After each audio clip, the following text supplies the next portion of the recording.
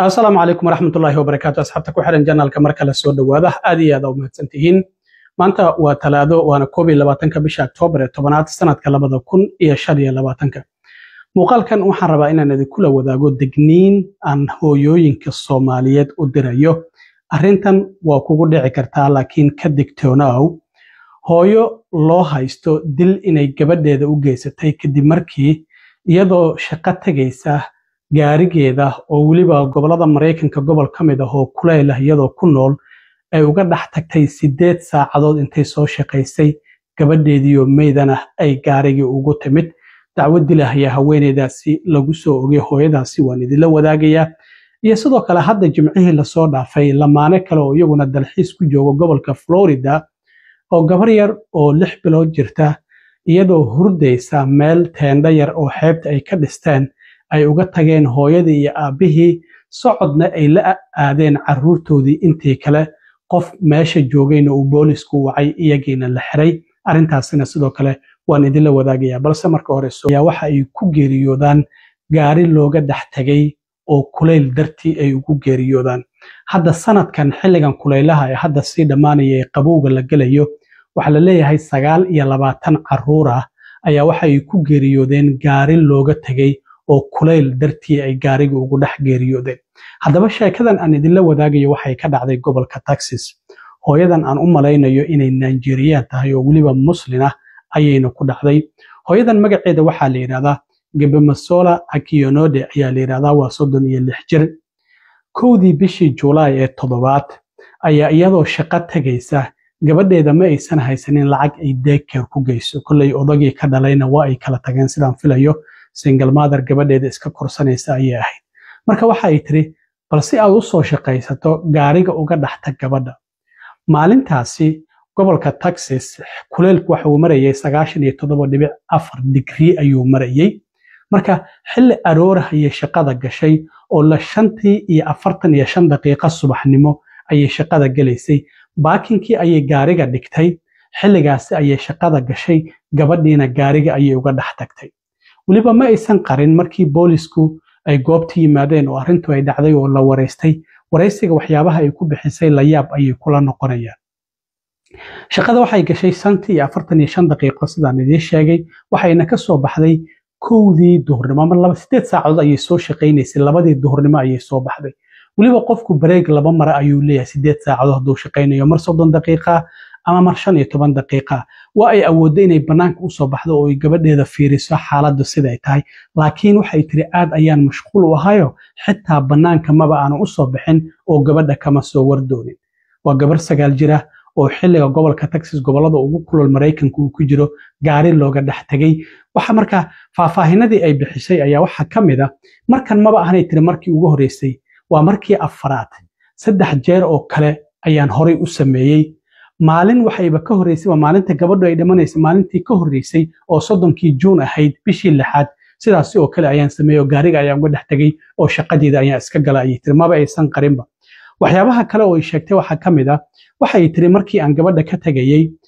gaarigaasi aragtaan oo cadaanka ah oo baakinka ku jira waxay tiri daaqadaha dambe ayaan xoogaa yar hoos u dejiyay si qabow uga soo galo gabadha markaas kadib waxa ay sidoo kale sheegtay in uga tagtay cunto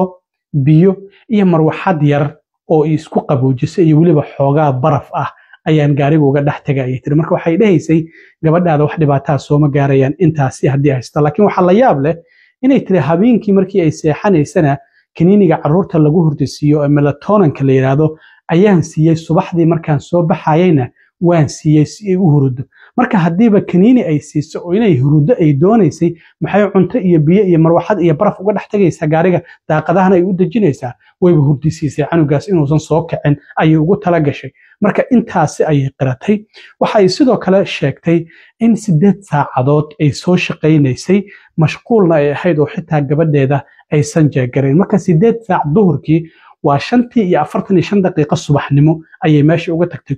11:45 daqiiqo markii ay 8 saac soo baxday waxay aragtay gabadhii oo aan dhaqdhaqaaqaynin waa ay qaylisay waa lagu soo baxay dadkii shaqada ka soo baxay boolis ayaa la wacay booliskii ayaa goobta yimid waxayna boolisku la carareen isbitaalka waxaana la xaqiijiyay gabadhaasi in ay dhimatay oo ay neef qabatin ay u dhimatay temperatureka jirkeeda ama heerkulka jirkeeduna wuxuu ahaa 108 degrees halka sidoo kale gaariga ay uga dhex tagtayna temperaturekiisu uu isaguna aad u sareeyay oo temperature aad u sareeyo oo ahaa gaariga xitaa gudihiisa marka waxa ay sidoo kale ay booliska ay u sheegtay oo ay qiratay markan maba ahan ay tiri markii ugu horeysay oo dhowr jeer ayaan sidan kale hore u sameeyay waxay tiri lacagta daycare-ka ma aysan awoodin ilaa iyo paycheck-geeda ay ka hesho maalintaasi oo 1 July oo gabadha gaariga ay uga dhex tagaysa bishii 7 maalin talaada ay ahayd inta badan jeegaguna jimco ay soo dhacaan marka waxa ay tiri ma aanan awoodin xitaa qof kamid ah dadka la shaqeynaya wuxuu yiri gabadhan dhibaatooyin fara badan ay wajahaysay xitaa aniga ayaa mararka qaar lacag ku caawin jiray marka sidaas ayay qiratay hadda 17 bishan ayaa la soo xiray kadib markii boolisku ay xaqiijiyeen in gabadhaasi ay u geeriyootay gaarigaasi kuleelka dartii ka jiray isla markaana shalay oo isniin ahayd ayaa maxkamadda la soo taagay dil ayaana lagu soo eedeeyay waxaana markii hore lacagta damaanada oo lagu sii dayn karo laga dhigay 1 milyan laakiin shalay markii maxkamadda ay ka soo hormuuqatay garsooraha waxa uu lacagtii ka dhigay 500,000 ama 500,000 milyan